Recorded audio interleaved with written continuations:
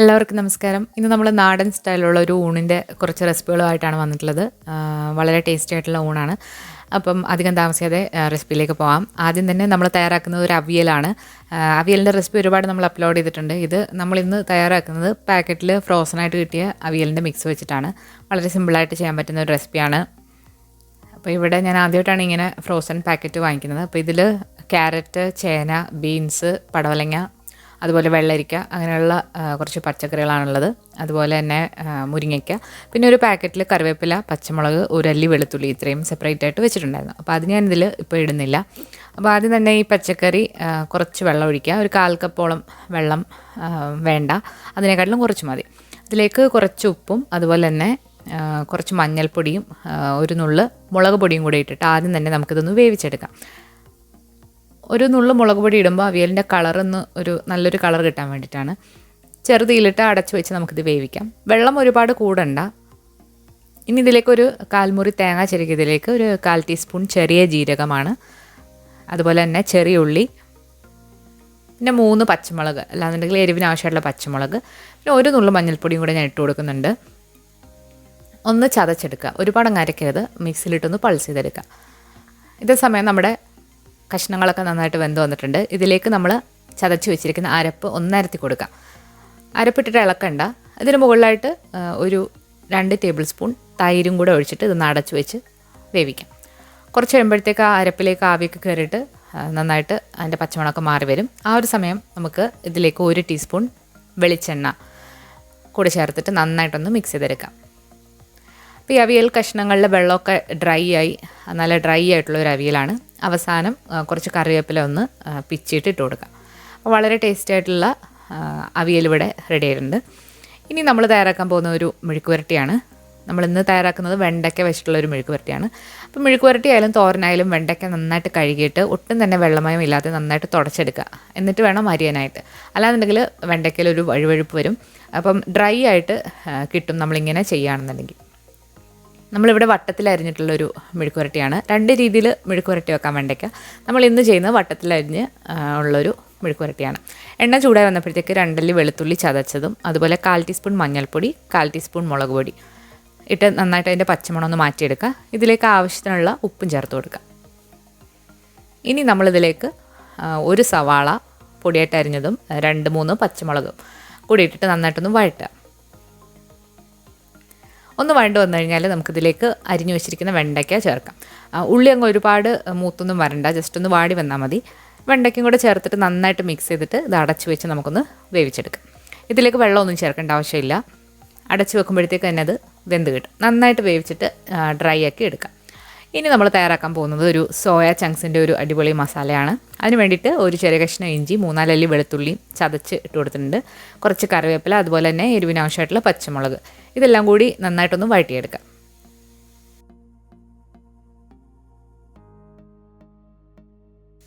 നന്നായിട്ടൊന്ന് വഴണ്ട് വന്നിട്ടുണ്ട്. ഇനി ഇതിലേക്ക് നമുക്ക് ഒരു വലിയ സവാള നീളത്തിലരിഞ്ഞതാണ്,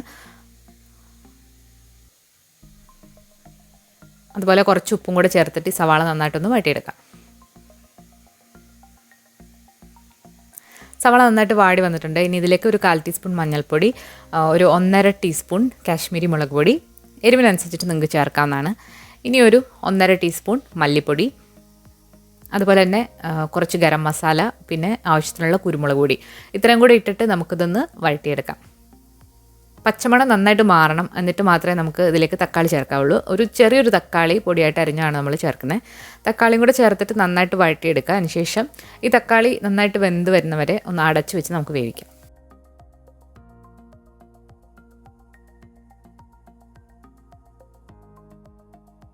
ഇപ്പോൾ തക്കാളിയൊക്കെ നന്നായിട്ട് വെന്ത് വന്നിട്ടുണ്ട്. നമുക്കിനി അത് നന്നായിട്ടൊന്ന് ഇളക്കിയതിന് ശേഷം ഇതിലേക്ക് സോയ ചങ്ക്സ് ചേർത്ത് കൊടുക്കാം. സോയ ചങ്ക്സ് നമ്മളിവിടെ ചെറിയ സൈസിലുള്ളതാണ് എടുത്തിരിക്കുന്നത്. ഇത് നല്ല ചൂടുവെള്ളത്തിൽ ഒരു അരമണിക്കൂർ കുതിർത്തതിന് ശേഷം നന്നായിട്ട് പിഴിഞ്ഞ് 2-3 വെള്ളത്തിൽ കഴുകി എടുത്തിട്ടുള്ളതാണ്. അപ്പോൾ അതുകൂടെ ചേർത്ത് നന്നായിട്ട് വഴട്ടുക. ഇനി ഈ സോയ ചങ്ക്സ് വേവാനായിട്ടുള്ള കുറച്ച് വെള്ളം ഇതിലേക്ക് ഒഴിച്ചിട്ട് നമുക്കിത് അടച്ചു വെച്ച് നന്നായിട്ടിത് വേവിച്ചെടുക്കാം. ചെറുതായതുകൊണ്ട് തന്നെ നമുക്കിത് കുക്കറിലൊന്നും വേവിക്കേണ്ട ആവശ്യമില്ല, അല്ലാതെ തന്നെ നന്നായിട്ട് വെന്ത് കിട്ടും. അപ്പോൾ ഇടയ്ക്കൊന്ന് ഇളക്കി കൊടുക്കുക. നിങ്ങൾക്കിത് ഡ്രൈ ആക്കിയും എടുക്കാം, അല്ലാന്നുണ്ടെങ്കിൽ കുറച്ച് കുഴമ്പ് പരുവത്തിലും എടുക്കാവുന്നതാണ്. അപ്പോൾ ഇടയ്ക്ക് ഇളക്കി കൊടുക്കുക. അതിന് ശേഷം ഉപ്പൊക്കെ നോക്കിയിട്ട് അഡ്ജസ്റ്റ് ചെയ്ത് ചേർക്കാം. അപ്പോൾ നമ്മുടെ സോയ ചങ്ക്സ് നന്നായിട്ട് വഴണ്ട് വന്നിട്ടുണ്ട്. ഇനി ഇതിലേക്ക് നമുക്ക് കുറച്ച് തേങ്ങാപ്പാൽ ചേർക്കാം. ഞാനിവിടെ തേങ്ങാപ്പാൽ ഫ്രിഡ്ജിലാണ് വെച്ചിരുന്നത്. അത് നല്ല കട്ടിയായിട്ടിരിപ്പുണ്ട്. 2 സ്പൂണാണ് ചേർക്കുന്നത്. ഇത് ക്യാനിൽ കിട്ടുന്ന തേങ്ങാപ്പാലാണ്. അപ്പോൾ തേങ്ങാപ്പാലും കൂടി ചേർത്തിട്ട് നന്നായിട്ട് വഴറ്റിയെടുക്കുക. അവസാനം കുറച്ച് ഏലക്കാപ്പൊടിയും അതുപോലെ തന്നെ ആവശ്യത്തിനുള്ള കുരുമുളക് പൊടിയും കൂടി ഇട്ടിട്ട് നന്നായിട്ട് ഇളക്കിയിട്ട് നമുക്ക് എടുക്കാവുന്നതാണ്. നല്ല ടേസ്റ്റി ആയിട്ടുള്ളൊരു സോയ ചങ്ക്സാണ്. അപ്പം ഇനി നമ്മൾ തയ്യാറാക്കാൻ പോകുന്നത് ഒരു അടിപൊളി ഈസി ആയിട്ടുള്ളൊരു കിച്ചടിയാണ്. കുറച്ച് വെളിച്ചെണ്ണ ചൂടായി വന്നപ്പോഴത്തേക്ക് നമ്മൾ കടുകിട്ട് പൊട്ടിച്ചു. ഇതിലേക്ക് ഞാൻ ചെറിയ ഉള്ളിയാണ് എടുത്തിരിക്കുന്നത്. ചെറിയ ഉള്ളിയും പച്ചമുളകും. ഇവിടെ കിട്ടുന്ന ചെറിയ ഉള്ളി കുറച്ച് വലിപ്പമുള്ളതാണ്, അതുകൊണ്ടാണ് ഇത്രയും വന്നിട്ടുള്ളത്. നിങ്ങൾക്ക് ചെറിയ ഉള്ളി ഇല്ലാന്നുണ്ടെങ്കിൽ സവാളയും എടുക്കാവുന്നതാണ്. അതൊന്ന് നന്നായിട്ടൊന്ന് വാടി വരട്ടെ. ഇനി നമ്മളിതിലേക്ക് ചേർക്കാൻ പോകുന്നത് കുറച്ച് കറിവേപ്പിലയാണ്. ഈ ഉള്ളി ഒരുപാടങ്ങ് ബ്രൗണൊന്നും ആണ്ട. അതിന് മുൻപായിട്ട് തന്നെ നമ്മളിതിലേക്ക് ചെറിയൊരു ബീട്രൂട്ട് പൊടിയായിട്ട് അരിഞ്ഞത് ചേർത്ത് കൊടുക്കാം. ഗ്രേറ്റ് ചെയ്യുന്നതിനെക്കാട്ടിലും നല്ലത് പൊടിയായിട്ട് ഇതുപോലെ അരിയുന്നതാണ്. ഒരുപാട് പൊടിയായിട്ടല്ല, കുറച്ച് പൊടിയായിട്ട്.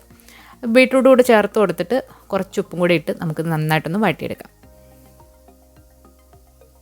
ഇനി ചെറു തീയിലിട്ട് ഈ ബീട്രൂട്ട് നന്നായിട്ടൊന്ന് വേവുന്ന വരെ നന്നായിട്ടിത് വഴറ്റിയെടുക്കണം.